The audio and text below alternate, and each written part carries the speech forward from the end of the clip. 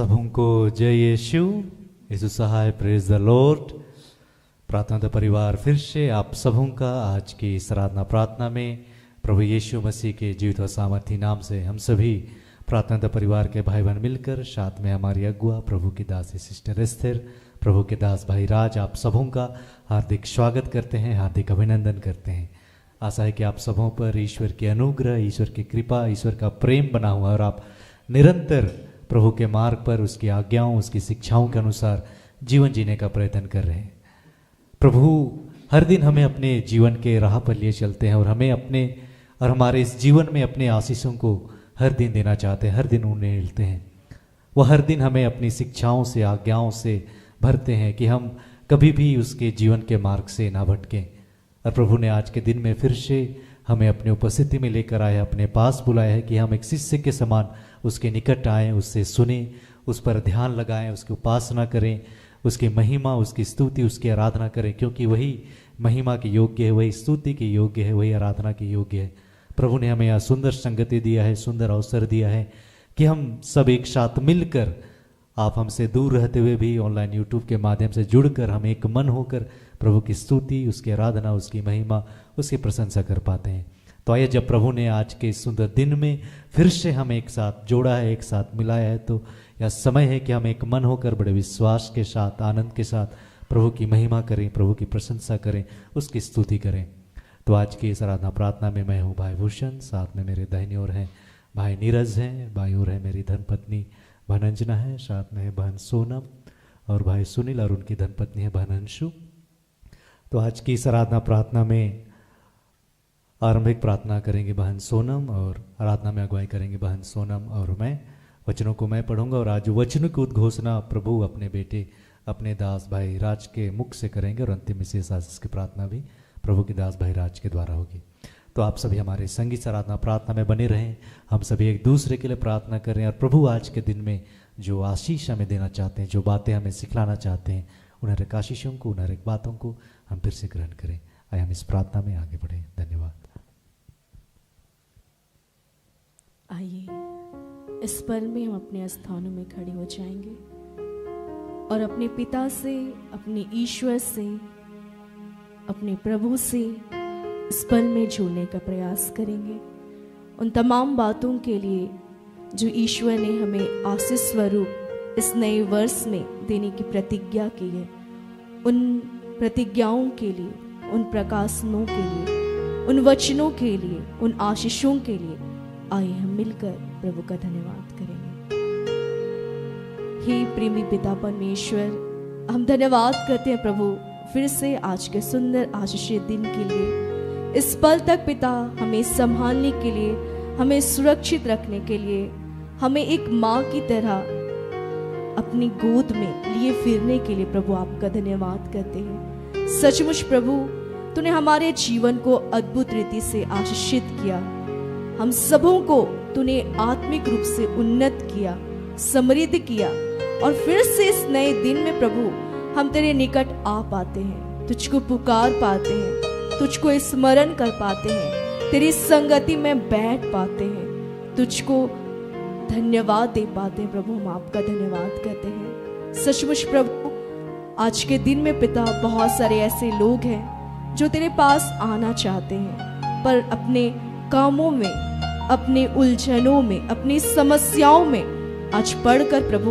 तेरे पास नहीं आ पाते हैं। हम सौभाग्यशाली हैं प्रभु, हम धन्य हैं प्रभु कि हम तेरे सानिध्य में पाए गए, तेरी संगति में, तेरे भवन में पाए गए। हम आपका धन्यवाद करते हैं। इस पल तक पिता आपने हम सबों के जीवन को अद्भुत रीति से अनुग्रहित किया, आगे बढ़ाया पिता, कि हम पिता तेरे आशीषों को हम अपने जीवन में देख पाते हैं, आपकी उपस्थिति से हम भर पाते। प्रभु हम आपका धन्यवाद करते हैं। हम धन्यवाद करते हैं ईश्वर कि हमारे जीवन में अद्भुत रीति से तू दिन प्रतिदिन कार्य करता है। हम आपको धन्यवाद देते हैं। हम धन्यवाद करते हैं ईश्वर हमारे अगुओं के लिए, इस प्रार्थना समूह के लिए ईश्वर आपका धन्यवाद करते हैं। सिस्टर एस्थर, ब्रदर राज और हम सभी भाई बहनों के लिए जो यहाँ उपस्थित हैं, जो यूट्यूब के माध्यम से देख रहे हैं, जो जिस भी रीति से आपसे जुड़ रहे हैं इस पल में प्रभु, एक एक के लिए प्रभु आपका तहे दिल से धन्यवाद करते हैं। प्रार्थना मांगते हैं ईश्वर कि तू हम सबों को आत्मा में एक करिए, अपने प्रेम के सूत्र में बांधिए। और हम सबों ने अब तक के क्षणों में तेरे विरुद्ध जो भी पाप किए हैं, जो भी गुनाह किए हैं, अपने बोली वचन चाल चलन, अपने व्यवहार से आपकी आज्ञाओं शिक्षाओं को तोड़कर, या जिस भी रीति से प्रभु हम एक दूसरे के लिए ठेस और ठोकर का कारण बनकर, अपने मन में कुटिलता लाकर, अपने मन में अशुद्धता का पाप करके, अपने विचारों में पिता एक दूसरे के लिए गंदी बातें सोचकर, हर बात के लिए ईश्वर हम आपसे क्षमा मांगते हैं। और इस वर्ष प्रभु, इस महीने के लिए प्रभु, और इस पूरे वर्ष के लिए प्रभु आपका धन्यवाद करते हैं कि तू हम सबों की आध्यात्मिक उन्नति दिन प्रतिदिन कर रहा पिता। हम धन्यवाद करते हैं प्रभु पिता, इस आराधना में पिता तेरे तमाम बच्चे जो जिस भी प्रार्थना निवेदन को लेकर तेरे समक्ष आए प्रभु, हर किसी के निवेदनों को तू स्वीकार करना और अपनी कृपा से, अपनी अनुग्रह से एक एक जन को तू भरना मेरे पिता। हम धन्यवाद करते हैं ब्रदर राज के लिए, जिनके माध्यम से प्रभु वचन की उद्घोषणा होगी। उनके मुख पर पिता तू अपने शब्दों को रखना और उनके वचनों के भेद से पिता हमारे जीवन को तू आशीषित करना, अपनी उपस्थिति से हम सबों को भरना। हम आपका धन्यवाद करते हैं। अंतिम प्रार्थना के लिए ईश्वर आपका धन्यवाद करते हैं। इस आराधना के लिए प्रभु आपका धन्यवाद करते हैं। और हम सभी भाई बहनों के कंठों को तू खोल पिता, कि हम तेरी स्तुति, तेरी महिमा और तेरी जय जयकार आत्मा से भरकर करने पाए। सारा आदर प्रभु आपको देते हैं और यह प्रार्थना यीशु मसीह के नाम से मांगते हैं। इसे सुनिए और स्वर्ग के राज्य में आनंद से ग्रहण कर दीजिए। आमीन।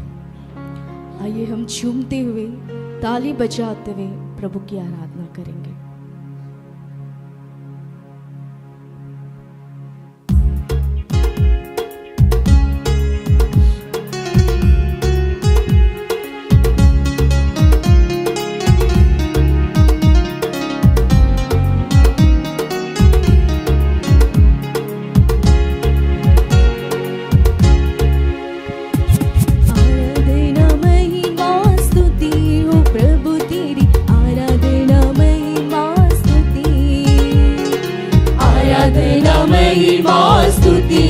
प्रभु तेरी आराधना महिमा स्तुति, आराधना महिमा स्तुति ओ प्रभु तेरी आराधना महिमा स्तुति, आराधना महिमा स्तुति ओ प्रभु तेरी आराधना महिमा स्तुति।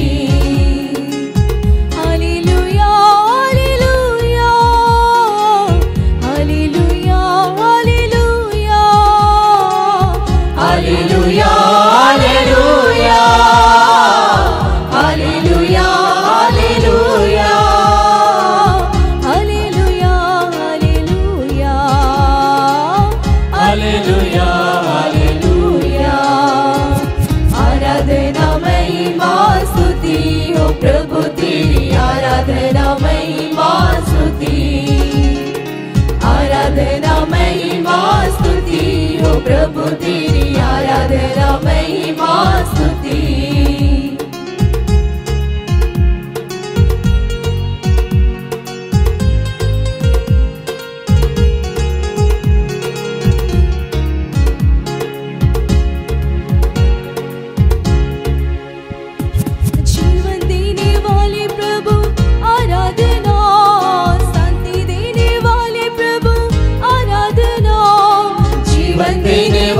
प्रभु आराधना, शांति देने वाले प्रभु आराधना, आराधना आराधना आराधना आराधना आराधना हो स्तुति महिमा, आराधना हो स्तुति महिमा, आराधना महिमा स्तुति ओ प्रभु तेरी आराधना महिमा स्तुति, आराधना महिमा स्तुति ओ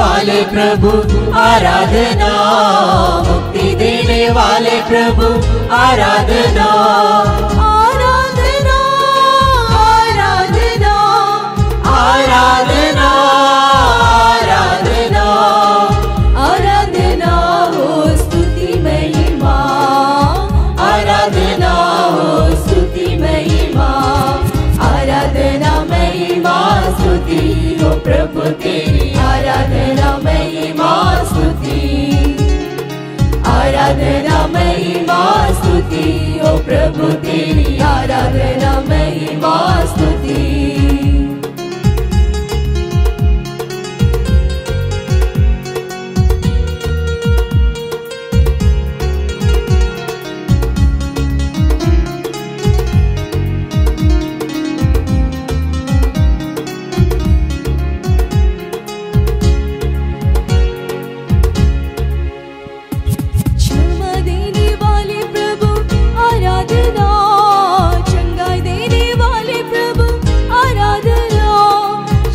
देने वाले प्रभु आराधना, चंगाई देने वाले प्रभु आराधना, आराधना, आराधना, आराधना, आराधना, आराधना हो स्तुति महिमा, आराधना हो स्तुति महिमा, आराधना महिमा स्तुति हो प्रभु तेरी, आराधना महिमा स्तुति, आराधना महिमा स्तुति हो प्रभु तेरी, आराधना महिमा स्तुति, आराधना महिमा स्तुति हो पिता तेरी, आराधना महिमा स्तुति, आराधना महिमा स्तुति हो पिता तेरी, आराधना महिमा स्तुति,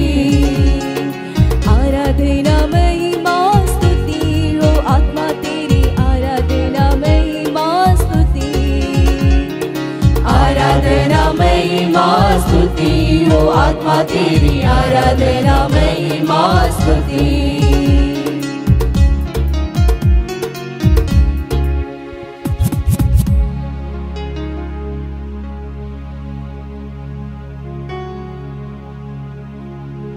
सचमुच में वह ईश्वर, वह प्रभु आराधना के योग्य है, महिमा के योग्य है, स्तुति के योग्य है। तो आइए इस घड़ी फिर से हम बड़े ही विश्वास के साथ उसकी महिमा करें, उसकी प्रशंसा करें, जिसने हमें अपने महिमा के लिए चुना, अपने राज्य के विस्तार के लिए चुना, और वह हमारे जीवन को अपने आशीषों से हर दिन भरता है। सचमुच में उसका प्रेम महान है, और उसके उस महान प्रेम के लिए हम उसकी स्तुति करें।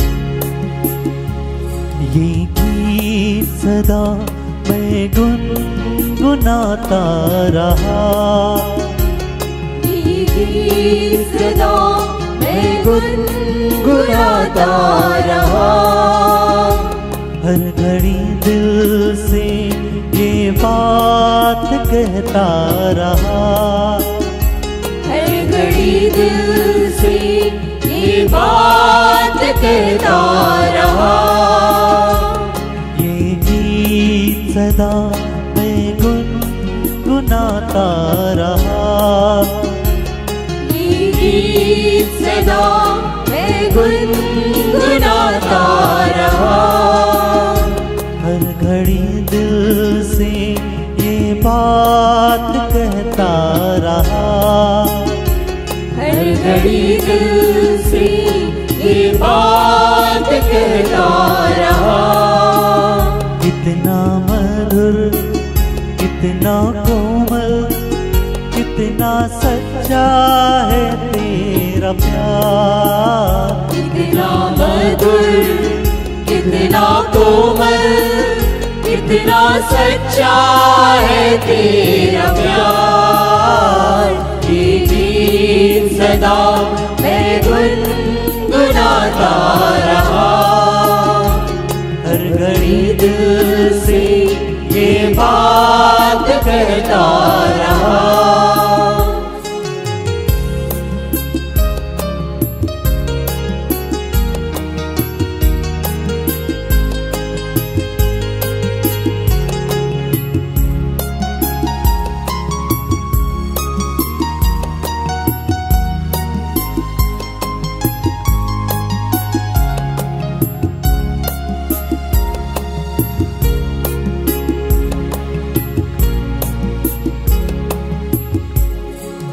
जीवन के हर एक कदम पर तूने साथ दिया,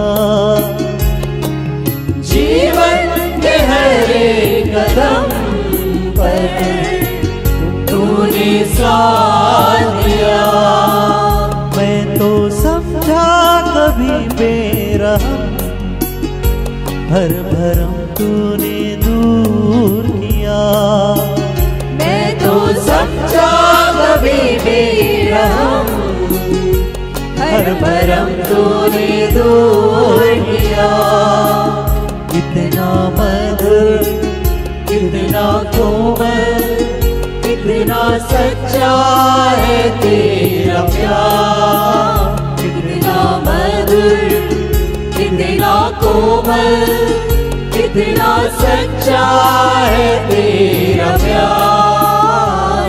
ये गीत सदा मैं गुनगुनाता रहा, हर घड़ी दिल से ये बात कहता रहा।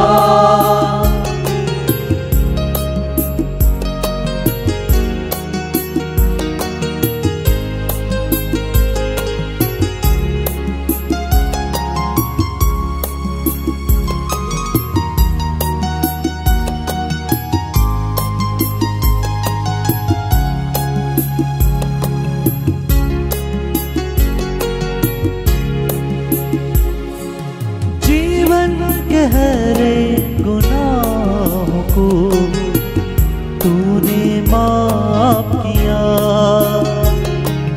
जीवन के हर एक गुनाह को तूने माफ किया। हम तो ठहरे पापी बेशरम, हर गुनाह तूने माफ किया। हम तो ठहरे पापी बेशरम, हर गुनाह तूने माफ किया। कितना मधुर कितना कोमल कितना सच्चा है तेरा प्यार। कितना मधुर कितना कोमल कितना सच्चा है तेरा प्यार। ये गीत सदा मैं गुनगुनाता रहा, हर घड़ी दिल से ये बात कहता रहा।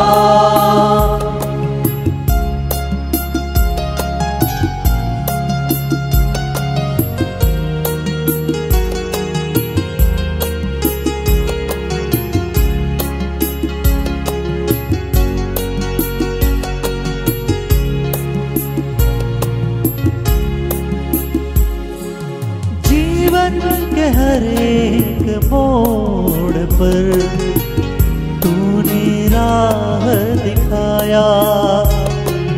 जीवन के हर एक मोड़ पर तूने राह दिखाया। मैं तो फिरता रहा दर बदर, हर अंधेरा तूने दूर किया। मैं तो फिरता रहा दर बदर, हर अंधेरा तूने दूर किया। कितना मधुर कितना कोमल कितना कितना सच्चा है तेरा प्यार, कितना मधुर, कितना कोमल, कितना सच्चा है तेरा प्यार। ये गीत सदा मैं गुनगुनाता रहा, हर घड़ी दिल से ये बात कहता रहा। ये गीत सदा मैं गुनगुनाता रहा, हर घड़ी दिल से ये बात कहता रहा।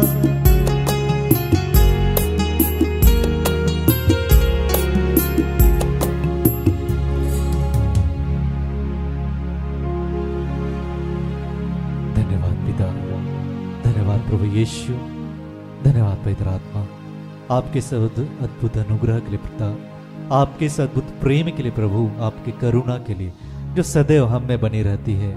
कि हे पिता, हम आज आप पर यकीन कर पाते, विश्वास कर पाते, आपके निकट आ पाते, आपकी स्तुति, आपकी आराधना, आपकी महिमा, आपकी प्रशंसा करने पाते हैं। हम धन्यवाद करते हुए सब कुछ आपके हाथों सौंपते, समर्पित करते हुए इस आराधना को, इस प्रार्थना को पिता हम यीशु नाम में आपको चढ़ाते हैं। सुनकर आनंद से अपने स्वर के राज में ग्रहण कीजिए। आमीन।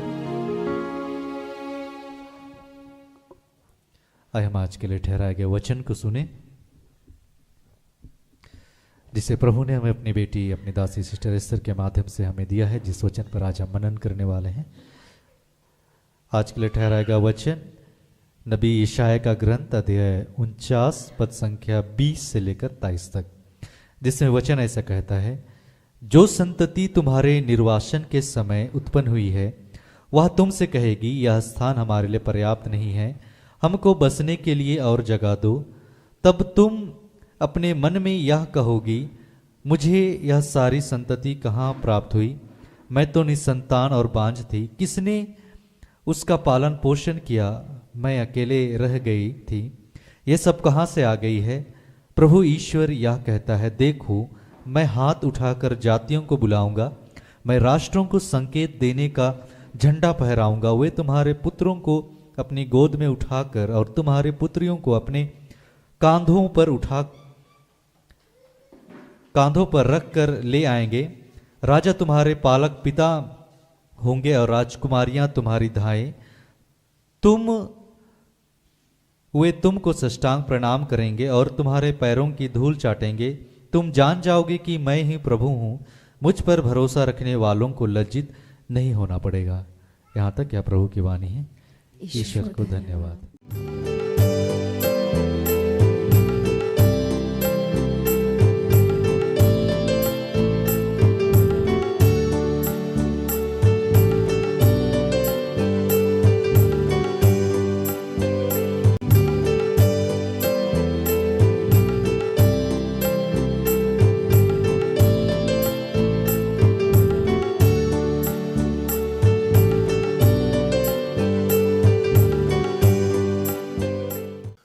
सबों को जय यीशु। यीशु सहाय। आइए अपनी आंखें बंद करें, पिता पुत्र पवित्र आत्मा को याद करें। कि हे दयालु पिता, हे स्वर्ग और पृथ्वी के सृजनहार, हे हम सबके रचयिता, हम तेरा धन्यवाद करते हैं आज के सुंदर और आशीषित दिन के लिए, जो तूने एक नए अध्याय के रूप में हमारे जीवन से जोड़ दिया। धन्यवाद प्रार्थना उद्धार परिवार के लिए, ऐसी जितनी संस्थाएं हैं, सेवकाई है और जो भी तेरे राज्य के विस्तार में लोग लगे हुए हैं, उन सब के लिए तेरा धन्यवाद करते हैं। जितने चर्च हैं उन सब के लिए तेरा धन्यवाद करते हैं। धन्यवाद सिस्टर एस्तर के लिए और ऐसे जितने तेरे दास दासी हैं, आराधक हैं, किसी रूप से तेरा सेवा कार्य करते हैं, अपना सब कुछ समर्पित किए हुए हैं, फादर हैं, पादरी हैं, प्रिस्ट हैं, उन सब के लिए तेरा धन्यवाद करते हैं। कि पिता जितने लोग इस वक्त जहाँ से मुझे देख रहे हैं, सुन रहे हैं, उन सब के लिए, उनके जीवन की समस्याओं के लिए, दुर्बलताओं के लिए, उनके दान के लिए, उनके वरदान के लिए, उनके अभिषेक के लिए, उनकी भविष्य की योजनाओं के लिए हम तेरा धन्यवाद करते हैं। कि पिता गर्भ से लेकर अब तक संभाला, छोटी से लेकर बड़ी सारी ज़रूरतों को अपने शाही खत्ते खोल के पूर्ण किया। हम सब तेरा धन्यवाद करते हैं। तू जानता है प्रभु कि हम रोज़ वही करते हैं जो हमें नहीं करना चाहिए। उन तमाम कार्यों के लिए जिससे हमने आपका दिल दुखाया है उसके लिए तुझसे क्षमा चाहते हैं। अपने पुत्र यीशु के लहू से धो के शुद्ध और पवित्र कीजिए। उसी दया को, उसी प्यार को फिर से दिखाइए जिस उद्देश्य के तहत आपने यीशु को पृथ्वी पर भेजा था। हे पिता, उनके मारे जाने से, उनके गाड़े जाने से और उनके पुनरुत्थान के द्वारा, यीशु नाम के द्वारा हमें ये सामर्थ्य प्राप्त है कि हम अपने सारे गुनाहों से उनके नाम के द्वारा मुक्ति पा सकें। यीशु के नाम से हम सबको मुक्त कीजिए, शुद्ध और पवित्र कीजिए, और जो भी सिखाना समझाना चाहते हैं उसके लिए हम सबको सामर्थ्य दीजिए। ये आपके बगैर कतई संभव नहीं है। जो भी डिस्टर्बेंस की बातें हैं, जो भी रुकावट की बातें हैं, वो सब यीशु के नाम से समाप्त करते हैं। धन्यवाद की यह प्रार्थना प्रभु यीशु के जीवित और पवित्र नाम से मांगते हैं। दया से सुन और स्वर्ग के राज में ग्रहण कर। आमीन।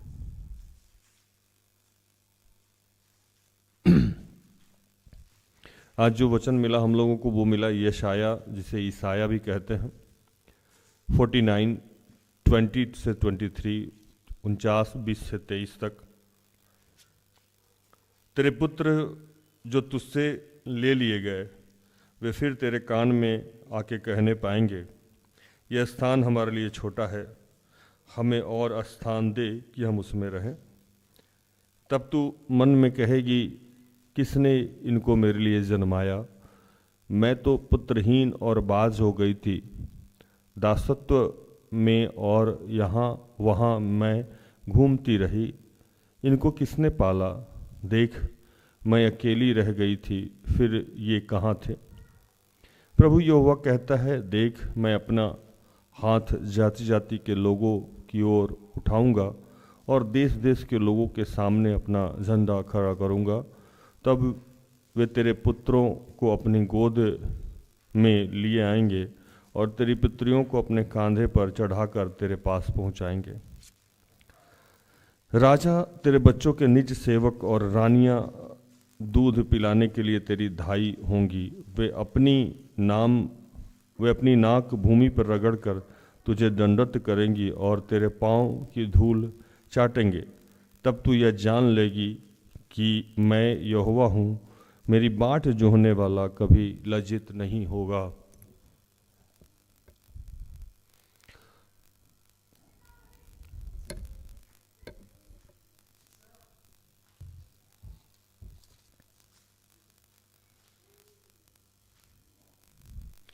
ये घटना उस समय की थी जब इस्राएली लोग भटक गए थे, प्रभु का मार्ग त्याग दिए थे, प्रभु के मार्ग में चलना छोड़ दिए थे। और प्रभु अपने दास यशाया नबी को ये कहता है कि जाके उनसे बात करो और उनसे कहो कि मैं आप सबसे बहुत प्यार करता हूँ, आपको मैं फिर से बसाने जा रहा हूँ। जैसे अंग्रेजी में एक वर्ड है रिकंस्ट्रक्शन करना, फिर से निर्माण करना, पुनः निर्माण करना।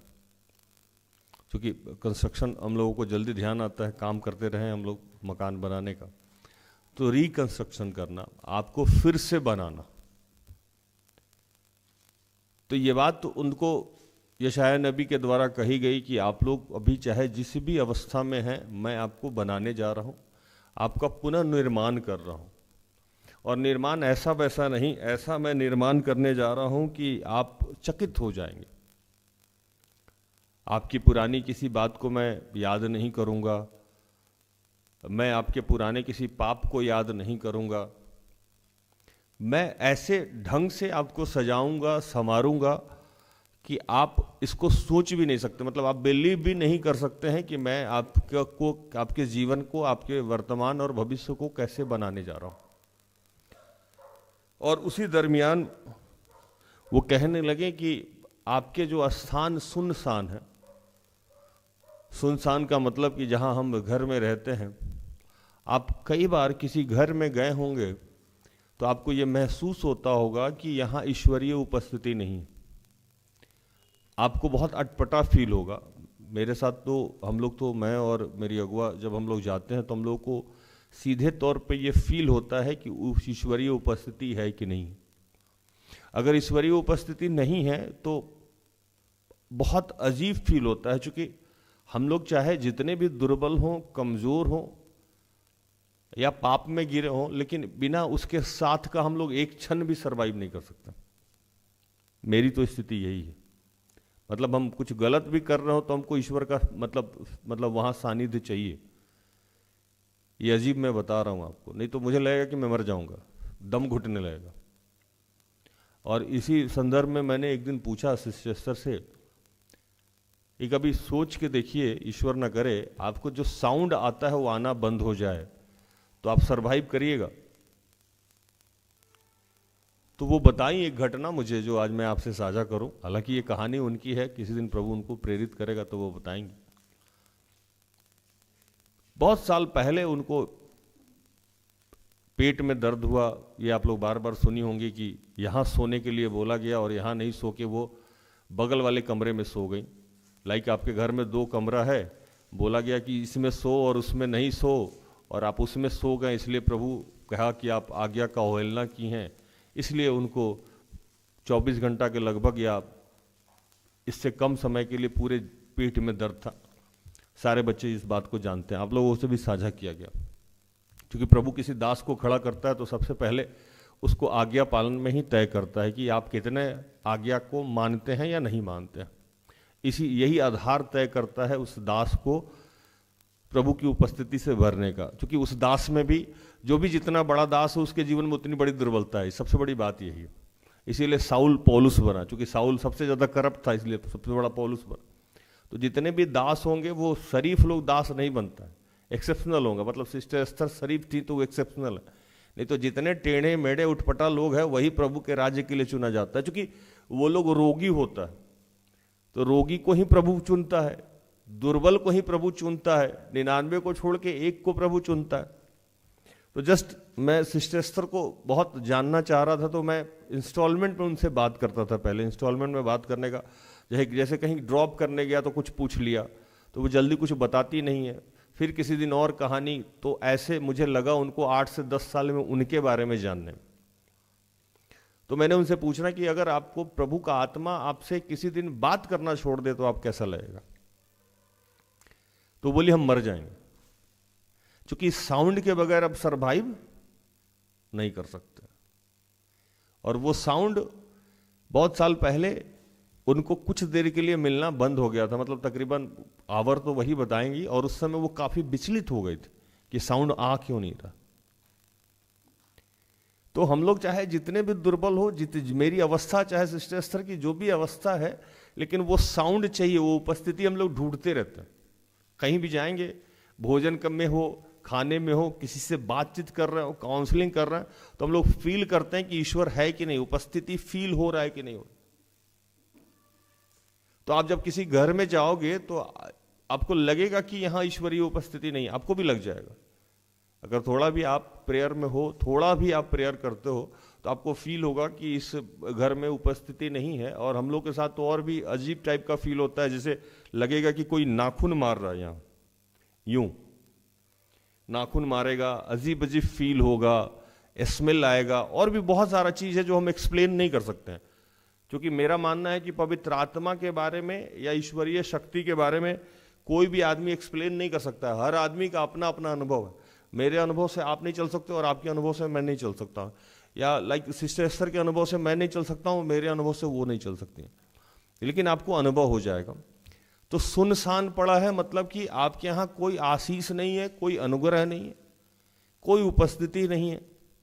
और ऐसे भी आज बहुत घर हैं जहां लोगों को पानी पिलाने के लिए आदमी नहीं है, खाना खिलाने के लिए आदमी नहीं है। कुछ दिन पहले एक महिला आई मेरे पास, और मैं वो कांटा टोली में बैठा हुआ था, मैं था और सिस्टर एस्थर थी, और वो नीचे बैठ गई।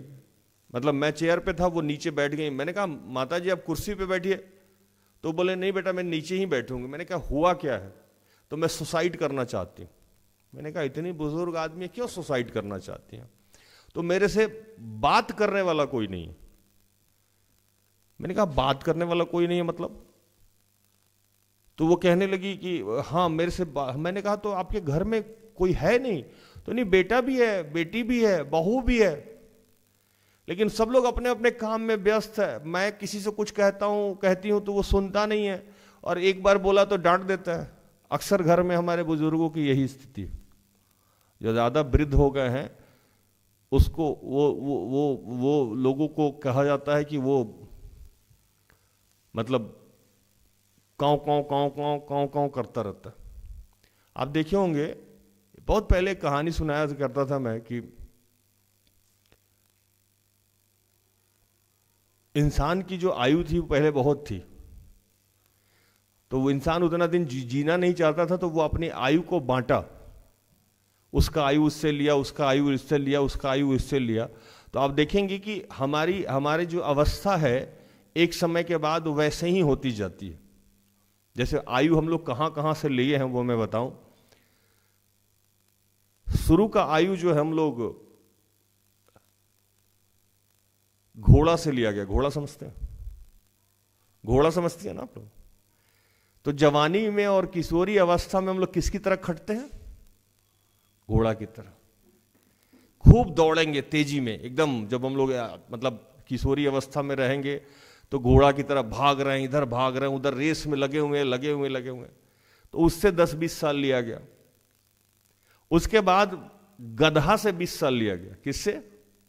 हाँ, तो वो लोग का उम्र कम होते गया, इंसान का उम्र बढ़ते गया। तो 20 साल गधा से लिया गया। तो 40-30 से लेके जो 50 साल का उम्र होता है वो हम लोग किसकी तरह खटते हैं? गधा की तरह खटे जा रहे हैं।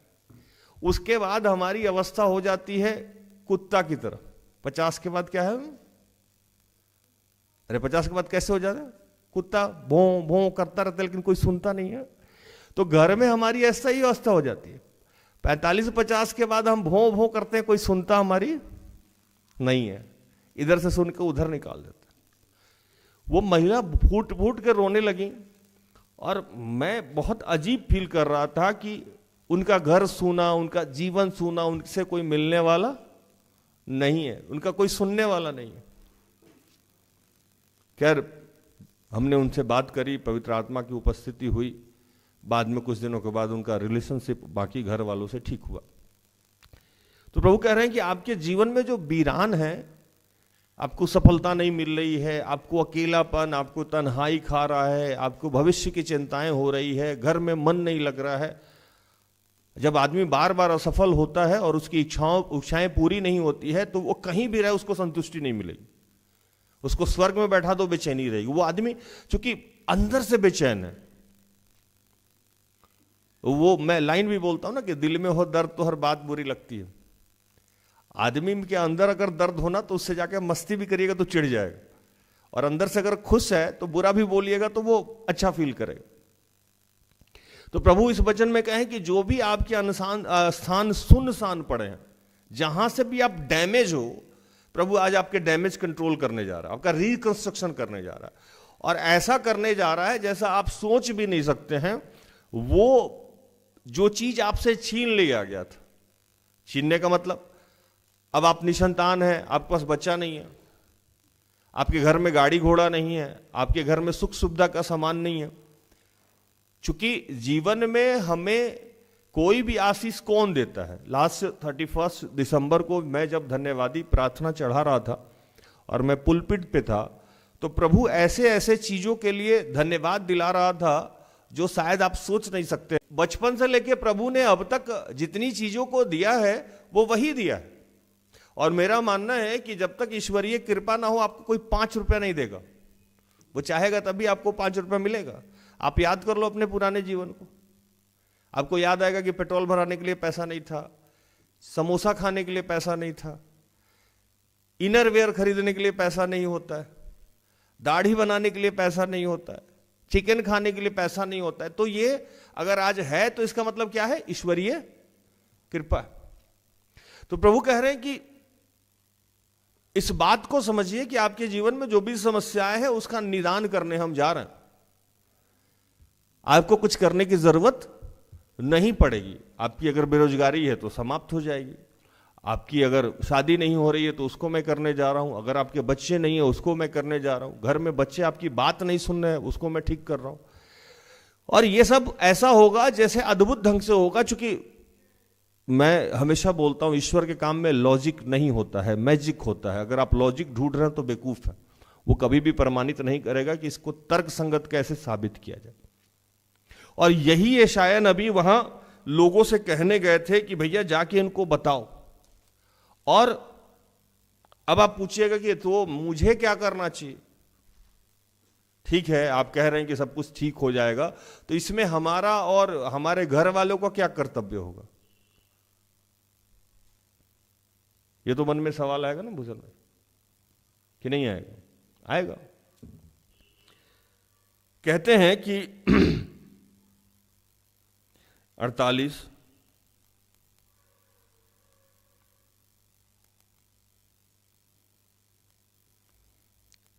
क्या करना चाहिए और अभी हम क्या कर रहे हैं कि समस्या में। 48 का 1 यशायाह।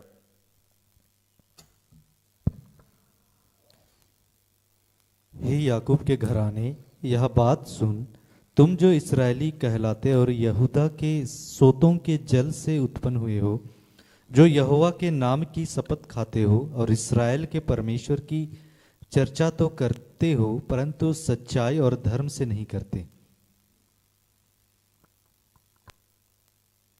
कह रहे हैं कि अगर आप अपने आप को बदलना ही चाह रहे हैं तो कुछ नहीं करिए,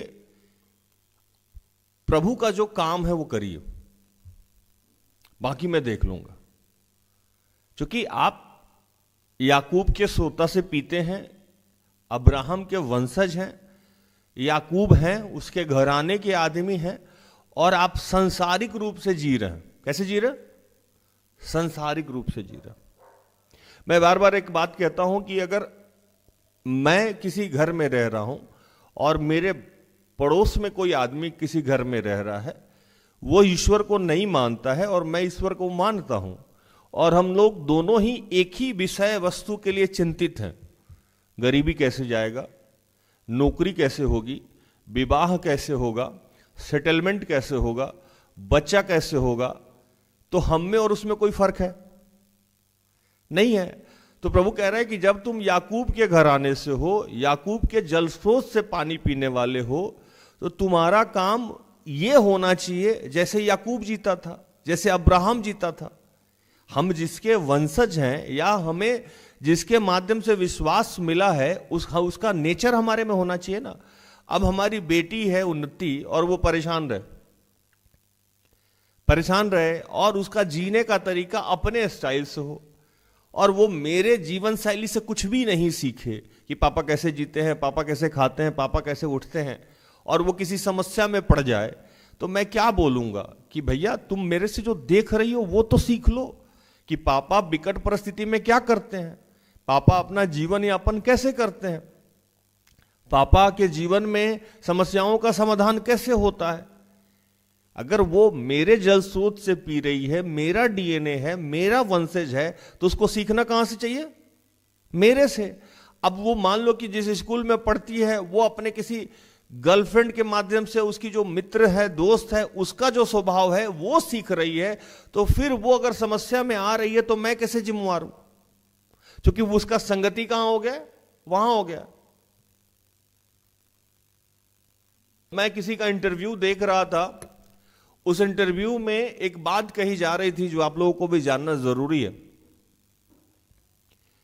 गूगल बहुत बड़ी कंपनी है, जानते हैं ना आप लोग, फेसबुक जानते हैं ना, ट्विटर जानते हैं ना, तो इसके जो सीईओ हैं, जो बड़े बड़े पदाधिकारी हैं, उनकी सैलरी आप लोगों को आइडिया है? आरआर आइडिया है? नहीं, मैं बताता हूं। इनकी सैलरी अप्रोक्स सालाना 300 करोड़ होती है, 70 करोड़ होती है, 80 करोड़ होती है, 100 करोड़ होती है सालाना। अब ये बात यहां क्यों आई मैं बताऊं आपको। इन लोगों की सैलरी इतनी होती है जितनी आप सोच नहीं सकते। अब सैलरी जब होती है तो इनका इंटरव्यू भी होता होगा, सिलेक्शन भी होता होगा, तो इनके सिलेक्शन में इनसे क्या पूछा जाता होगा कि आप एमबीए कहां से किए हैं, आप टॉपर है कि नहीं हैं, आप गोल्ड मेडलिस्ट हैं कि नहीं हैं। क्योंकि ये जब वहां पहुंचे हैं, इसका मतलब ये एमबीए टॉपर ही होंगे, ये गोल्ड मेडलिस्ट नहीं होंगे, तभी उनका सिलेक्शन हुआ होगा। तो ये सारी बातें तो उनसे पूछी नहीं जाएगी, तो उनसे पूछी क्या जाती है। तो ये मुझे जानकारी हुआ कि उनके इंटरव्यू में ये पूछा जाता है कि अगर कंपनी विकट परिस्थिति में फंसे या गिर रहा हो तो आप कैसे संभालेंगे। हालेलुया, समझे मेरी बात को। जो बड़े पदाधिकारी हैं, या मैं जैसे यहां का व्यवस्था देखता हूं, तो मुझसे प्रभु क्या चाहेगा कि जब ये प्रार्थना योद्धा ईश्वर ना करे किसी विकट परिस्थिति में जाए, तो मेरे पास धैर्य कितना होगा, पेशेंस कितना होगा, और मैं इसको कैसे वापस लेके आऊंगा। जब मेरे बच्चे विकट परिस्थिति में गिर रहे हो तो मैं उनको वापस कैसे लेके जाऊं, ताम दंड भेद भाव कैसे मैं उनको वापस लेके आऊं ताकि वो प्रभु के मार्ग में, या उनका घर कैसे संभले। ये टैलेंट होता है किसी भी बड़े पदाधिकारी का। वो हर वो काम करेगा जिससे उसका कंपनी, जिससे उसका घर ऊपर उठ जाए। और यही चीज प्रभु भी आज हम सब में देखना चाहता है कि जब आप विकट परिस्थिति में पड़े हुए हैं, जब आप समस्याओं में पड़े हुए हैं, तो गिरना तो नॉर्मल चीज है, गिरता तो सब कोई है। गिर के रीटेक जो करता है वही बड़ा आदमी बनता है। हालेलुया। गिरता तो मैं भी हूं, गिरती तो सिस्टर एस्थर भी है, गिरता कौन नहीं है। व्याकुलता, गिरना, परेशान होना, दुर्बल होना, तो यीशु भी चीख पड़े थे कि हे पिता तूने मुझे क्यों छोड़ दिया। यीशु भी गतसमनी बाग में रोने लगे थे, पसीना लहू की तरह बहने लगा था। वो भी व्याकुल हो गए थे कि हे पिता हो सके तो ये प्याला हमसे टाल दे। आज जैसे मैंने आपको बताया कि संसारिक लोग भी अगर बड़े पद पे गया है तो उसके जीवन में यही है कि उसको करना क्या है, रीटेक कैसे लेना है। वहां उसकी डिग्री नहीं पूछेगी, वहां उसका क्वालिफिकेशन नहीं पूछा गया, वहां वो गोल्ड मेडलिस्ट है कि ये नहीं पूछा गया। आप विकट परिस्थिति में कंपनी को बाहर कैसे लाएंगे ये पूछा गया। आप विकट परिस्थिति में अपने आप को बाहर कैसे लाएंगे ये पूछा गया। आप विकट परिस्थिति में अपने घर को बाहर कैसे लाएंगे पूछा गया। और यही सीख ईश्वर भी हमको देता है। एक वचन में कहता है 10:48 देख मैंने तुझे निर्मल तो किया परंतु चांदी के समान नहीं, मैंने दुख की भट्टी में परख कर तुझे चुन लिया है। प्रभु कह रहे हैं कि जीवन में जो विपत्ति मैंने दी, परेशानी मैंने दी, आपको खरा बनाने के लिए दिया, आप तो इसी में डूब गए। परेशानी तो आती है, सबके जीवन में आती है, मेरे भी जीवन में आती है, गिरना तो सबका लिखा हुआ है। लेकिन प्रभु आज रिकंस्ट्रक्शन की बात कर रहा है कि मैं आपका पुनर्निर्माण करने जा रहा हूं। और पुनर्निर्माण करने के लिए आपको यह याद करना होगा कि आप कहां से आए हैं।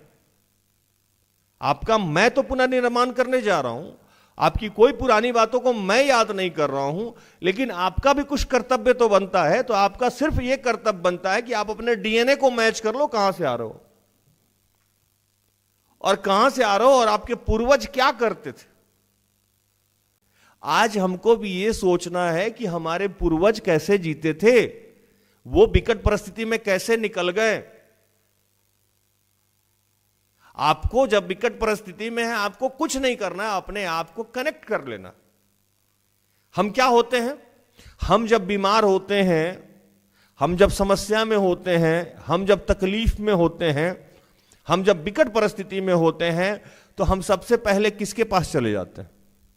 अपने पुराने मित्र के पास, अपनी मां के पास, अपने पिता के पास, अपनी पत्नी के पास, अपने अच्छे और सच्चे बेटे के पास, अपने उस भाई के पास जो विकट परिस्थिति में खड़ा होता हो। अच्छे दिन में साथ में रहे चाहे नहीं रहे, हर आदमी के जीवन में एक आधा लोग ऐसा रहता है जो उसके विकट परिस्थिति में खड़ा हो जाएगा। हम वहां चले जाते हैं। आज प्रभु यही कह रहा है कि हम आप लोगों का रिकंस्ट्रक्शन करने जा रहा है। आपको बस याद करना है कि आप याकूब के घराने से हो, आप किस जल सोते से निकले हो और आपका काम क्या है। मैंने जो विकट परिस्थिति में आपको डाला था वो जान के डाला था ताकि आपको मैं और खड़ा बना सकूं, सोना की तरह बना सकूं, और जब आप वहां से निकलो तो मेरी महिमा हो। कैसे मेरी महिमा हो? एक वचन पढ़िए।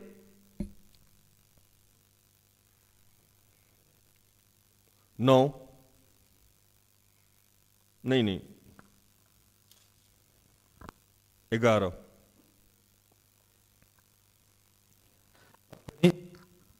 अपने ही निमित्त मैंने यह किया है, मेरा क्यों अपवित्र ठहरे, अपनी महिमा मैं दूसरों को नहीं दूंगा। कह रहे हैं कि मैंने ही ये काम किया था। आपके जीवन में दुर्बलता, समस्या, परेशानी मैंने आने दिया था, लेकिन मैं तो इसलिए आने दिया था ना कि इससे निकल के आप बाहर जाओ। लाइक जैसे मुझे बुखार आया, प्रभु नहीं चाहता तो मुझे बुखार नहीं आएगा, प्रभु नहीं चाहेगा तो मेरे शरीर में कहीं दर्द नहीं होगा, लेकिन होने दे रहा है। क्यों? तो मैं इससे निकल के किसी के लिए उद्धार का कारण बनूं, किसी के लिए उदाहरण बन जाऊं। और उदाहरण क्या हुआ? कल हिल्ला जी और संतोष भाई ने ये सोच लिया, अरे भैया ऐसे करते हैं, ये मैं उनके लिए उदाहरण बन गया। आज अगर आप किसी दुर्बलता में हैं, परेशानी में, ये तो नॉर्मल सिचुएशन है, ये तो होता ही होता है, ये तो होना ही है। प्रभु ने कहा कि दुख और विपत्ति का सृजनहार मैं हूं, अंधेरे और विनाश का रचने वाला मैं हूं, सूरज और चंद्रमा का निर्माण मैंने किया है। मतलब कुछ भी ऐसा पृथ्वी पे नहीं है जो उसके बगैर नहीं होता है। मैं तो बच्चा लोगों को बोलता हूं, गिरते भी हो तो प्रभु जान के छोड़ रहा है, गिरते देखे, गिरने में कोई परेशानी नहीं है, कम बैक, वापस आइए। और पृथ्वी के किसी भी कोने में या किसी भी धर्म, जाति या किसी भी कंपनी का फॉर्मेट यही है कि आप विकट परिस्थिति में उठते कैसे। इसीलिए मैंने गूगल की सीईओ का इंटरव्यू बताया और बाकी लोगों का बताया कि कोई भी बड़ा पदाधिकारी है, उसे डिग्री नहीं पूछा जाता, वो उसे कम बैक कैसे लिया जाएगा ये पूछा जाएगा। और प्रार्थना उद्धार का काम करने के लिए प्रभु हमसे चाहा कि हम कम बैक कैसे लेंगे। और जिस समय मैं यहां से जुड़ रहा था, प्रभु कह रहा था कम बैक लो। मैं पूरा टूटा हुआ और बिखरा हुआ आदमी था और दुनिया के सारे गलत काम मैं कर रहा था और मेरा विनाश के गर्भ में था। तब प्रभु ने मुझे यह पोजीशन दे दिया कि खुद को बाहर निकालो और इस टीम को बाहर लेके आओ। कम बैक, रिकंस्ट्रक्शन करना, पुनर्निर्माण करना। तो प्रभु आपका पुनर्निर्माण करना चाहता है, प्रभु मेरा पुनर्निर्माण करना चाहता है, लेकिन आपको कह रहा है कि आपको यह जान लेना होगा कि आप कहां से आए हैं, कौन है। आपको अपनी वास्तविकता समझना होगा, कुछ और करने की जरूरत नहीं है। आपको अपने घर वापस लौट जाना होगा। जैसे उड़ाव पुत्र क्या किया, वो देखा कि अब मेरे से कुछ हो ही नहीं रहा है, जितना हाथ पैर मारना था, बोला कि भैया आप तो जा रहे हैं अपने पिता के घर पे, यहां तो सुअर का हम मूंगफली खा के जी रहे हैं, हम अपने पिता के यहां तो जाके बोलेंगे कि हम अपना बेटा बना के मत रखो, मुझे अपना दासी बना लो। क्या किया? उसको रिकंस्ट्रक्शन करना था, अपने पिता से अपने आप को कनेक्ट कर लिया। पिता ने वैसे स्वीकार किया जैसे वो सोच भी नहीं सकता था। दरवाजे के बाहर जाके उसको चप्पल पहनाया, जेवर पहनाया, बछड़ा कटवाया, पार्टी कर दिया, इतना उसका सम्मान किया कि जो भूतपूर्व बेटा था उसका वो चिढ़ गया, ये क्या तरीका है, नालायक का इतना सम्मान कर रहे हो तुम। तो करना कुछ नहीं है, हमारा और आपका निर्माण हुआ है प्रभु की बातों को लोगों के लिए बताने के लिए। एक वचन पढ़िए, 6 पढ़िए,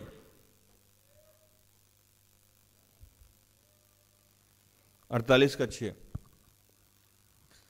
तूने सुना है कि अब इन सब बातों पर ध्यान कर और देखो क्या तुम उसका प्रचार ना करोगे।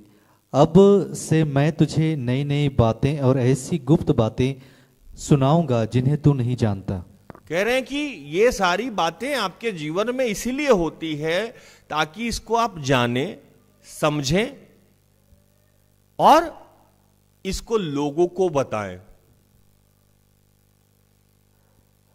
क्या करें? जब हम दुख में होते हैं, विपत्ति में होते हैं, समस्या में होते हैं, तकलीफ में होते हैं, तो प्रभु हमको गुप्त की बातों को प्रकट करता है कि इस विकट परिस्थिति में हम कैसे निकलेंगे, और हम वहां से निकल के लोगों को यह कहानी बताते हैं। यही तो ईश्वर के राज्य का विस्तार है। और भी कुछ है क्या? यही है। लेकिन अब हमारे परिवार में कुछ ऐसे लोग हैं जो उसी में अटक गए, जाके वो भूल ही गए कि उनका अस्तित्व क्या है। तो प्रभु बोल रहा है कि मैं रिकंस्ट्रक्शन करना चाह रहा हूं, आपका पुनर्निर्माण, फिर से मैं आपको सेटल करना चाह रहा हूं, और उतना कि जितना आप सोच नहीं सकते। लेकिन हमारा और आपका स्वभाव क्या है कि कितना भी हमको और आपको समझा दिया जाए, और जब हम विकट परिस्थिति में रहें तो हमको, और हम सब लोगों का एक ह्यूमन नेचर है कि हमको लगता है कि हम जो सोचते हैं और हमारा जो डिसीजन है वही सही है। और यही समस्या है जिसकी वजह से हमारा रिकंस्ट्रक्शन होने में समय लगता है। एक वचन पढ़िए, 48 का 18। भला होता कि तूने मेरी आज्ञाओं को ध्यान से सुना होता, तब तेरी शांति नदी के समान और तेरा धर्म समुद्र की लहरों के समान होता। कह रहे हैं कि अगर आप मेरी बात को सिर्फ सुन भी लीजिए तो आपको कुछ करने की जरूरत नहीं पड़ेगी। सुन लीजिए, कुछ भी करने की जरूरत नहीं पड़ेगी, और अगर आप ऐसा कर लेते हैं तो आपको कुछ भी और करने की जरूरत, कोई परिश्रम करने की जरूरत नहीं पड़ेगी। वचन पढ़िए,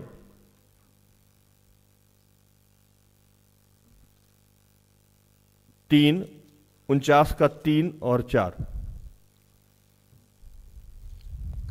और मुझसे कहा, तू मेरा दास इस्राएल है, मैं तुझ में अपनी महिमा प्रकट करूंगा।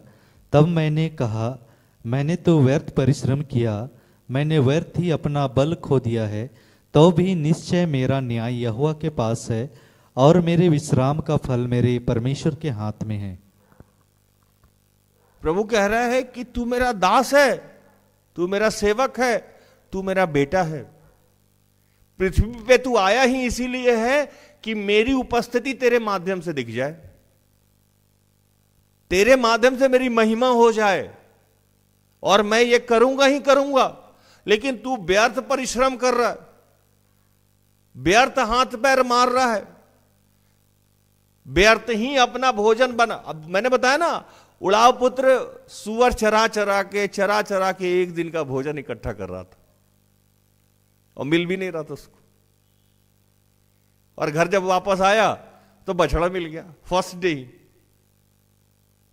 सॉरी साबुन से नहाया, पिता को जाके बोला कि मैंने तेरे और तेरे पिता के विरुद्ध पाप किया है, मुझे माफ कर, मुझे बेटा नहीं नौकर ही बना के रख ले। फर्स्ट डे से ही उसका रिगार्ड शुरू हो गया, कुछ करने की जरूरत नहीं पड़ी, क्योंकि उसका पिता जानता था कि कौन है। वो भूल गया था कि किस डीएनए का है। पिता हमें नहीं भूलता है, हम सब लोगों को यह लगता जरूर है। इसीलिए एक वचन लिखा हुआ है कि हम सब का एक सवाल होता है। पढ़िए 49 का 14। परंतु सियोन ने कहा, यहोवा ने मुझे त्याग दिया है, मेरा प्रभु मुझे भूल गया है। भूल गया, ये हम लोगों का दिमाग में ये आता है कि मेरा घर वाला छोड़ दिया, मेरे अपने छोड़ दिए। ये शैतान हमको पहले डाल के अलग करता है कि तुम्हारा कोई अपना नहीं है, तुमको अपने से ही सेटल करना होगा, तुम्हारा अपने से ही रिकंस्ट्रक्शन होगा। प्रभु कह रहे नहीं, मैं तुम्हारा रिकंस्ट्रक्शन कर रहा हूं, तुमको कुछ करने की जरूरत नहीं है, और इतना जितना तुम सोच भी नहीं सकते हो। मैं तुम्हें इतना सेटल करूंगा, इतना समृद्धिशाली करूंगा, और तुमको पृथ्वी पे भेजा ही इसलिए हूं कि तू मेरा बेटा है, तू मेरा दास है, मैं तुझसे अपनी महिमा प्रकट करूंगा। तुम्हारे जीवन को देख के लोग मुझे जानेंगे, तुम्हारे आशीष को देख के लोग मुझे जानेंगे। लेकिन तू व्यर्थ परिश्रम किए जा रहा है, और तुमको लग रहा है कि हम तुमको भूल भी गए। और प्रभु कहता है दूसरे वचन में कि क्या यह हो सकता है कि दूध पिलाती हुई मां अपने बच्चों को भूल जाए? हां, हो सकता है, मां भूल सकती है, लेकिन मैं ना तुझे भूलूंगा ना त्यागूंगा। क्यों? तो मां भुला सकती है, पिता नहीं भुला सकता है। मां लोग बुरा नहीं मानेगा, क्योंकि पिता में ईश्वरीय गुण होता है। पिता का स्वभाव और ईश्वरीय स्वभाव मैच करता है। पिता रूढ़ होता है, पिता दबंग होता है, पिता ठोकता है, लेकिन भूलता नहीं है, छोड़ता नहीं है। पिता दुख रूपी भट्टी में डालता है अपने बेटे को, अपने बच्चों को, ताकि वो और मजबूत हो, इसलिए वो छोड़ता नहीं। ये पिता का स्वभाव है, ठोकना, पीटना, उसे तैयार करना, उसे तोड़ना, उसका रिकंस्ट्रक्शन करना, ये पिता का स्वभाव है। माता में तो इतनी ममता होती है कि वो कुछ अपने बच्चों को परेशानी नहीं कर सकती। और हम सब लोगों को यह लगता है विकट परिस्थिति में कि प्रभु ने हमें छोड़ दिया। प्रभु कहता है नहीं, कभी भी मैं आपको छोड़ नहीं सकता हूं, मैं आपका रिकंस्ट्रक्शन कर रहा हूं, फिर आप मेरे से क्या होइए, कनेक्ट हो जाइए। इसी के लिए आप पृथ्वी पे आए थे, किसी और काम के लिए नहीं आए थे। आप आए हैं इसलिए कि आप समृद्धिशाली हो, आप आए हैं इसलिए कि आप विकसित हो, आप आए हैं इसलिए कि मजबूत हो, धनी हो, पॉपुलर हो, क्योंकि इससे मेरी महिमा होगी। किसकी महिमा होगी? मेरी महिमा होगी। और एक वचन को जो मैंने पहले पढ़ा कि मैं अपनी महिमा किसी को दूंगा नहीं। अगर आप व्यर्थ परिश्रम कर रहे हैं तो आपका कुछ नहीं होना है, क्योंकि आप अगर खुद से परिश्रम करके कुछ हो जाएंगे तो उससे प्रभु को आशीष मिलेगा, प्रभु की महिमा होगी? नहीं होगी। तो प्रभु आपके बने हुए काम को क्या करेगा? रोक के रखेगा, थोड़ा तीखा नहीं होने देगा। एक वचन में लिखता है,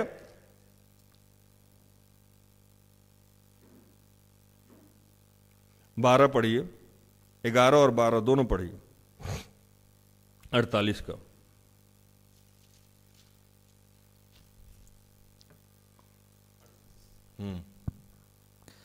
अपने निमित्त, हाँ अपने ही निमित्त मैंने यह किया है, मेरा नाम क्यों अपवित्र ठहरे? अपनी महिमा मैं दूसरों को नहीं दूंगा।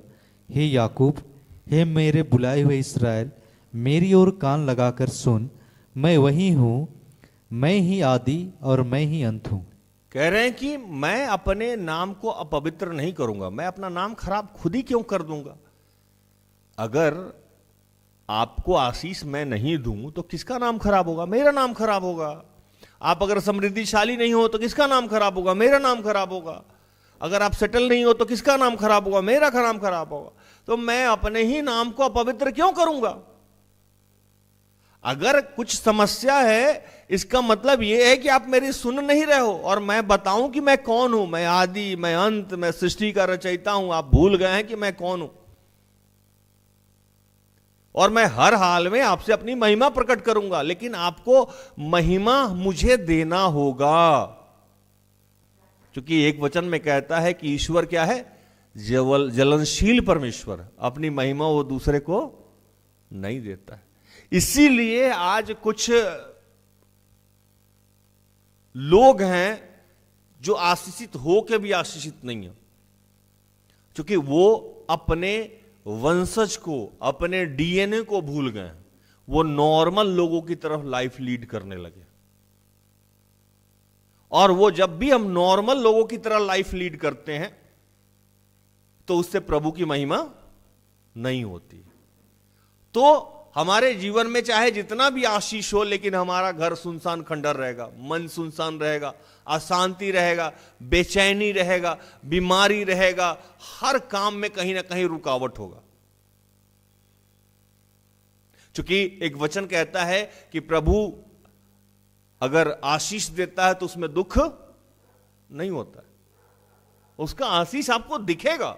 प्रभु के आशीषित लोग आपको अलग से भी दिख जाएंगे। वो कितने भी परेशानी में रहेंगे तो आपको लगेगा कि ये प्रभु का आशीष है। प्रभु का आशीष जिस घर में है, आप घुसिएगा तो आपको लगेगा कि प्रभु का आशीष है, उपस्थिति। कुछ दिन पहले मेरी एक बेटी आई, बेटी मतलब मेरी सिस्टर इन लॉ की बेटी आई, घर में गई मेरे। वो मैं यहां से लेट पहुंचा और वो गई। मेरा एक फोटो लगा हुआ है घर पे, जिसमें लिखा हुआ है ये मेरा प्रिय पुत्र है जिससे मैं अति प्रसन्न हूं। ड्राइंग रूम में लगा हुआ। उसको देखी, सोफा पे बैठी, सोफा पे बैठ के, जबकि वो खुद ही रिच फैमिली से हैं, उसके फादर पायलट हैं, दिल्ली में रहती है, घर में किसी भौतिक सुख सुविधा की कमी नहीं है। उसके ग्रैंडफादर बोर्ड के, बिजली बोर्ड के चेयरमैन थे, करोड़ों अरबों की संपत्ति है। वो बच्ची मेरे यहाँ आई और उसको सोफा मेरा बड़ा प्यारा लगा। बोला बहुत खूबसूरत सोफा है। सोफा में ही बैठी रही, मेरे फोटो को वो निहारती रही। और जब मैं लेट से घर गया तो मैं 10 मिनट या 5 मिनट उससे बात किया हूं। और यहां से जाने के बाद वो बच्ची मेरे लिए रोती है, मासा से बात करा दो। रात में उठ जाएगी, 12 बजे बोलती है मासा से बात करा दो, 1 बजे बोलती है मासा से बात करा दो। उसके पिता कहने लगे क्या जादू कर दिया साड़ू भाई ने इसके ऊपर। मेरी सिस्टर इन लॉ बोली तो मिला भी नहीं ढंग से, किया क्या। और वो बच्ची जब उसके फोन हाथ में लगता है वो मेरे को फोन कर देगी, यहां तक अब स्थिति है कि फोन उससे छीन के रखता है लोग। मेरी सिस्टर इन लॉ को लगता है जिया जी व्यस्त रहते, पता नहीं कब फोन लगा दे, रात में 11 बजे 12 बजे। उसको क्या दिख गया उस घर में। तो ये बात मेरी पत्नी ने मुझसे कहा कि कुछ दिन पहले एक बच्ची हमारे घर में काम करने के लिए आई थी, और वो काम करने के लिए गई मेरे घर में, और वही फोटो और उसी ड्राइंग रूम में फोटो यहां देख के यूं खड़ी थी। वो मेरे फोटो को और ड्राइंग रूम में डर रही थी, और इतनी की रूम में वो डरी हुई थी कि वो छत पे जाके चुपचाप बैठी रहती थी, घर में नहीं आ पा रही थी। मैं कोई तारीफ नहीं कर रहा हूं, मैं जस्ट आपको बता रहा हूं ईश्वरीय उपस्थिति। और वो रोना शुरू कर दी, चिल्लाना शुरू कर दी, और स्थिति ये रहा कि बाद में मुझे उसको, मैं गया घर और उसको वहां से लेके आया। जब मैं गाड़ी में बैठा तो गाड़ी से आधा खिड़की के अंदर बाहर रखी हुई थी, मेरी तरफ देख नहीं पा रही थी। स्थिति वो था कि लगे कि गेट खोल के गिर जाएगी। मैं फुलमनी दी लोग को बोला कि यहां रात भर रखिए उसको, ये मेरे पास टिक नहीं पा रही। तो मेरी पत्नी ने कहा कि वो सोल है, आत्मा को पहचान रही है। ये आत्मा दूसरा आत्मा था।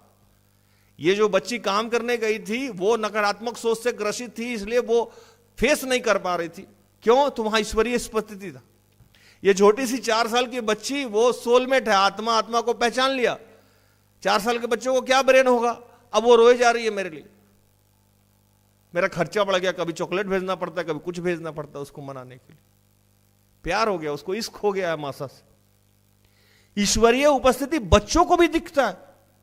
आप देखेंगे कि बहुत सारे बच्चे मेरे केबिन में जाने के लिए तड़पते रहते हैं, भागते हुए जाएगा, उसको देख के मुस्कुराएगा।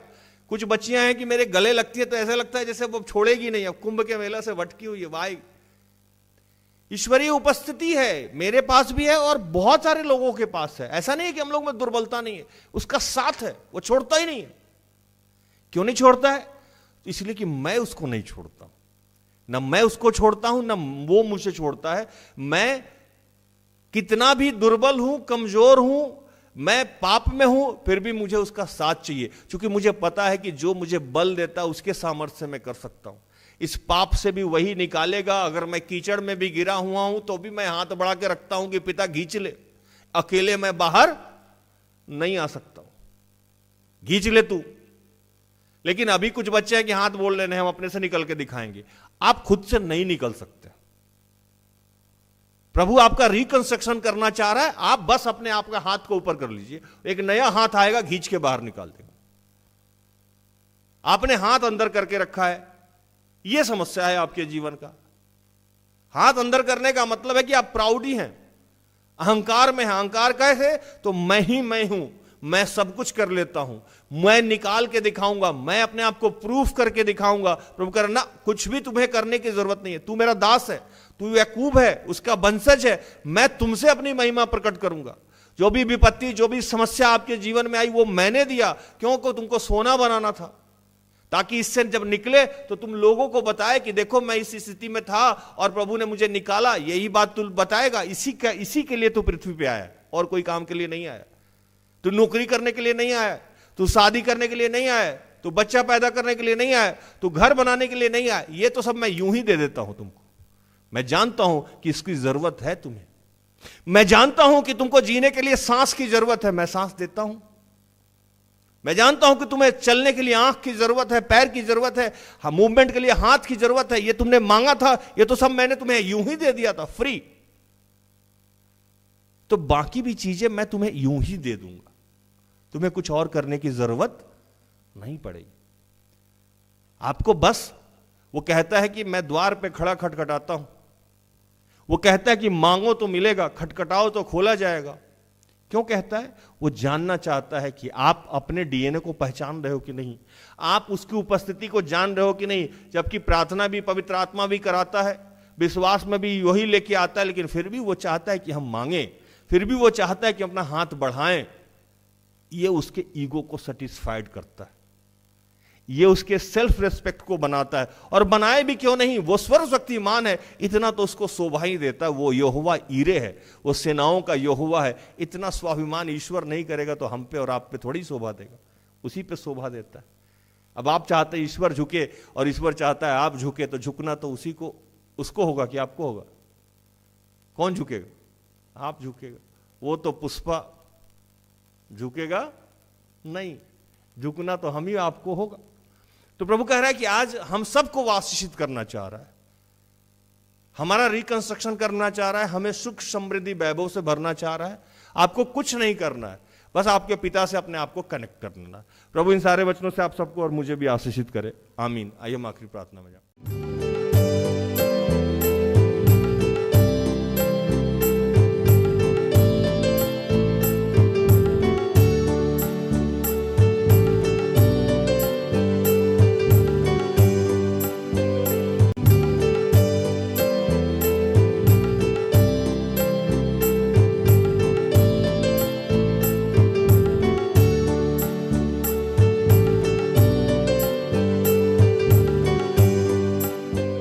प्रभु को धन्यवाद करें, कहें उससे कि प्रभु हम चाहे जितने भी दुर्बल थे, कमज़ोर थे, हम जितना भी आपको त्याग चुके थे, लेकिन आपने मेरा हाथ नहीं छोड़ा, आपने मेरा साथ नहीं छोड़ा। और आज फिर आप मेरा पुनर्निर्माण करने जा रहे हैं, आप फिर से मुझे सेटल करने जा रहे हैं, फिर से मेरा आप रिकंस्ट्रक्शन करने जा रहे हैं। इस प्यार के लिए हम तेरा धन्यवाद करते हैं। हम बार बार तुझे त्याग देते हैं, तू बार बार हमें स्वीकार कर लेता है। हम बार बार खराब हो जाते हैं, टूट जाते हैं, बार बार तू हमारा निर्माण कर देता है। इस प्यार के लिए हम तेरा धन्यवाद करते हैं। और आज हमें ये सामर्थ्य दे कि हम तेरा, मेरा, अपना कहना छोड़ के हम तेरी महिमा करें, तेरे राज्य का विस्तार करें। और हम ये जान जाएं कि हम तेरे जल स्रोत से आए हैं, हम याकूब के घराने से हैं, हम अब्राहम के घराने से हैं, हम यीशु के द्वारा मोल लिए लोग गए हैं। और इससे हम जुड़ जाएं और अपना सब कुछ आपको अर्पित कर दें। प्रभु हम तेरा धन्यवाद करते हैं। यीशु बिना है जग ये अंधेरा, यीशु यीशु बोल तेरी व्याधा कट जाएगी।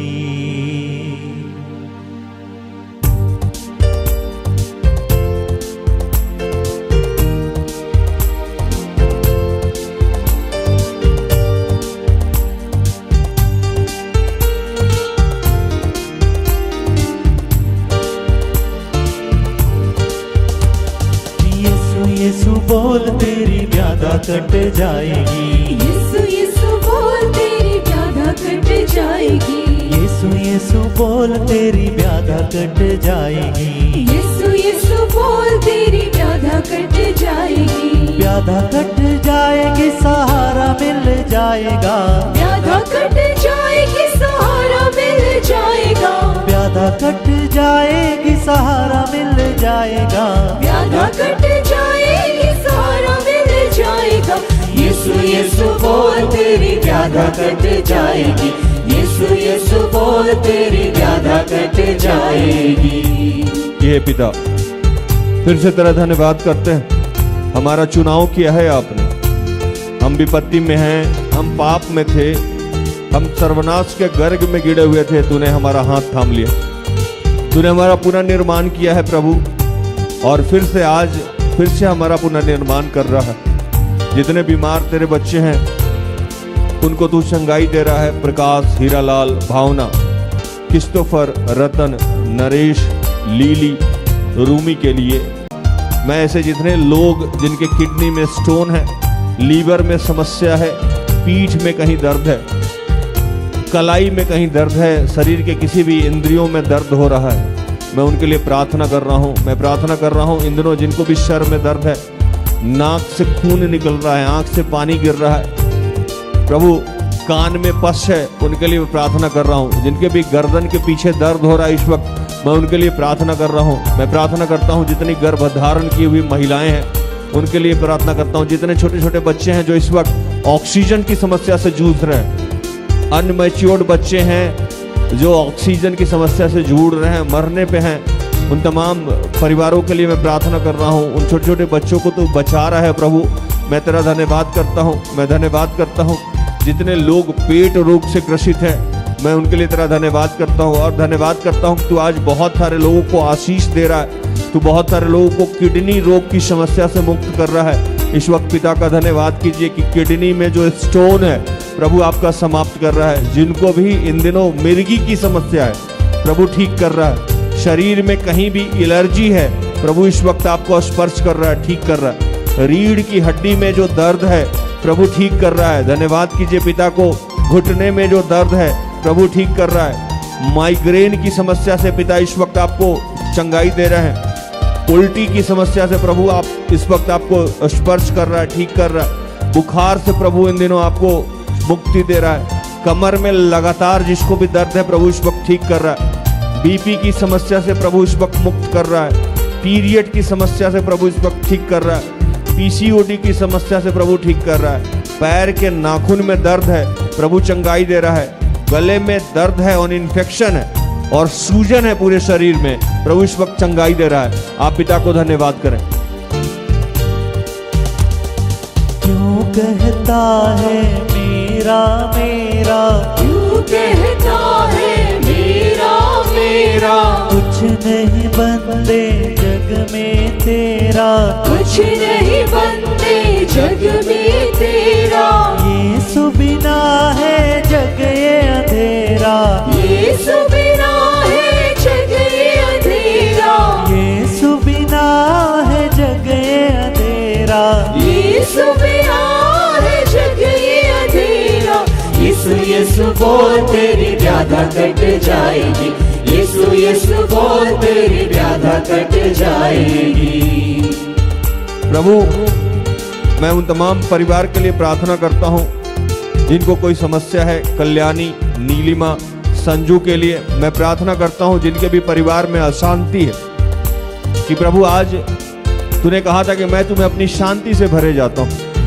आज तू परिवार को स्पर्श कर रहा है और बहुत सारे परिवार में तू आज अपनी शांति को स्थापित कर रहा है। जितने लोग क्रोध से परेशान थे प्रभु आज बहुत सारे लोगों को क्रोध से मुक्त कर रहा है और क्षमा दान दे रहा है, क्रोध से मुक्त कर रहा है। आप प्रभु को धन्यवाद करें कि प्रभु ने आपको क्रोध से मुक्त किया है। क्षमा दान देना आपके जीवन में भर दिया है। क्षमा का दान देना आपको सामर्थ्य दे दिया है कि आप लोगों को क्षमा करें।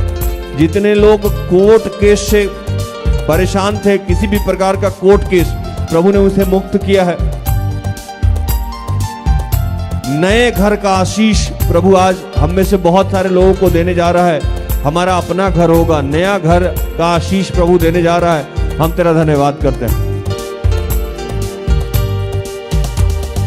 एक लगन प्रभु यीशु से लगा ले, एक लगन प्रभु यीशु से लगा ले, रो रो के अपने दुखड़े सुना दे, रो रो के अपने दुखड़े सुना दे। कभी न कभी तो उसे याद तेरी आएगी, कभी न कभी तो उसे याद तेरी आएगी, कभी न कभी तो उसे याद तेरी आएगी, कभी न कभी तो उसे याद तेरी आएगी। यीशु यीशु बोल तेरी व्याधा कट जाएगी, यीशु यीशु बोल तेरी व्याधा कट जाएगी। प्रभु यहाँ जितने बच्चे तेरे उपस्थिति हैं, जितने लोग अपने घरों से बैठे हुए आराधना में जुड़े हुए हैं, मैं उन सब के लिए प्रार्थना करता हूँ। तूने कहा था कि अंत के दिनों में तू हर शरीरधारी पे अपनी आत्मा उंडेलेगा। मांगने वाले को पवित्र आत्मा क्यों नहीं दी जाएगी। प्रभु तू हम सबको अपनी आत्मा से भर रहा है और प्रभु आज हम प्रार्थना कर रहे हैं कि हम चाहे जितने पाप में हो, जितनी गंदगी में हो, जितनी भी दुर्बलताओं में हो, हम उड़ाव पुत्र क्यों ना हो प्रभु, लेकिन हमें ये सामर्थ्य देना कि हम तेरी ओर अपनी आंखें लगा के रखें। हमारा आशा तेरी ओर हो, हमारा हाथ हमेशा तेरे ओर फैलता रहे और तू हमारा निश्चित तौर पे हर वक्त पुनर्निर्माण करता रहे। अपना मोह तू दुनिया से हटा ले, अपना मोह तू दुनिया दुनिया से हटा ले, यीशु को अपने दिल में बसा ले, यीशु को अपने दिल में बसा ले। पिता से तेरी दूरी मिट जाएगी, पिता से तेरी दूरी मिट जाएगी, पिता से तेरी दूरी मिट जाएगी, पिता से तेरी दूरी मिट जाएगी। यीशु यीशु बोल तेरी व्याधा कट जाएगी, यीशु यीशु बोल तेरी व्याधा कट जाएगी।